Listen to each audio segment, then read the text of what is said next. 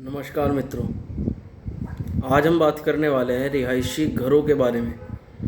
लोग बाग अपने निवास स्थान के लिए रहने के लिए खूब अच्छे सुंदर सौंदर्यकरण के साथ में मकान बनाते हैं, बहुत सारा पैसा उसमें लगाते हैं। परंतु ज्योतिष शास्त्र और जो हमारा सनातन धर्म का प्राचीन ग्रंथ है, सनातन धर्म की रीतियों के अनुसार और प्राचीन ज्योतिष के अनुसार हमें कुछ बातें ऐसी पता लगती हैं कि समय के जैसे समय चलता है उसके बाद में किसी भी प्रकार की दुर्घटना उस घर में हो जाती है, कोई अप्रिय दुर्घटना हो जाती है, कोई हमारा प्रियजन सदैव के लिए वहाँ से विदा हो जाता है, तो ये बहुत ही दुखद घटना होगी।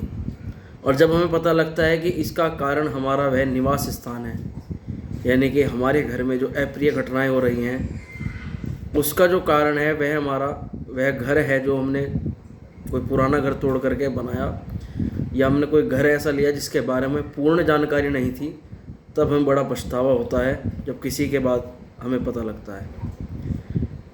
अब जैसे कि एक घर का एग्जाम्पल मैं आपको उदाहरण देता हूँ।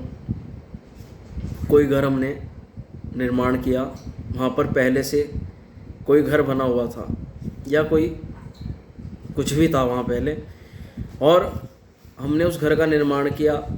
घर के मुख्य द्वार के पास में वहाँ पर पहले, जो हमें नहीं पता था, वहाँ पर कोई भट्टी बनी हुई थी जिसमें आग का अग्नि का काम होता था। उस जगह हमने अपना मुख्य द्वार उस पर बना लिया, जो हमें जानकारी नहीं थी। क्या होगा कि जब भी कोई वहाँ पर बच्चा जन्म लेगा जिसकी कुंडली में अष्टम भाव में मंगल विराजमान होंगे, निश्चित रूप से ऐसा बालक मृत्यु को प्राप्त होता है अष्टम भाव के मंगल के कारण, और अग्नि स्थान की जहाँ पर आपने मुख्य द्वार बनाया उसके कारण से इन दोनों का आपस में कनेक्शन है, जिस कारण से मंगल कुप्रभावित होकर के प्राण घातक हो जाता है।